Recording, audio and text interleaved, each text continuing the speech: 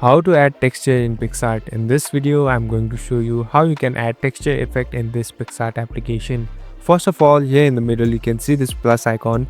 Tap on this to create or open any of your project.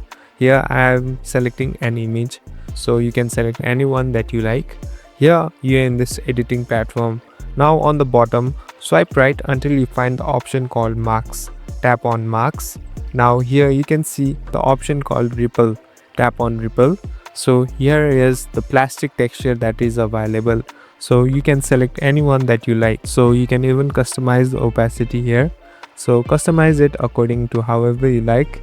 Again, on the top, tap on this tick button.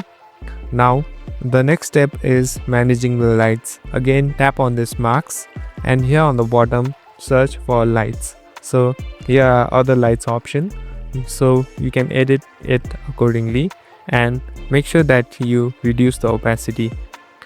And at last, tap on the stick button. So you're done. So this is how you add texture. Thank you for watching.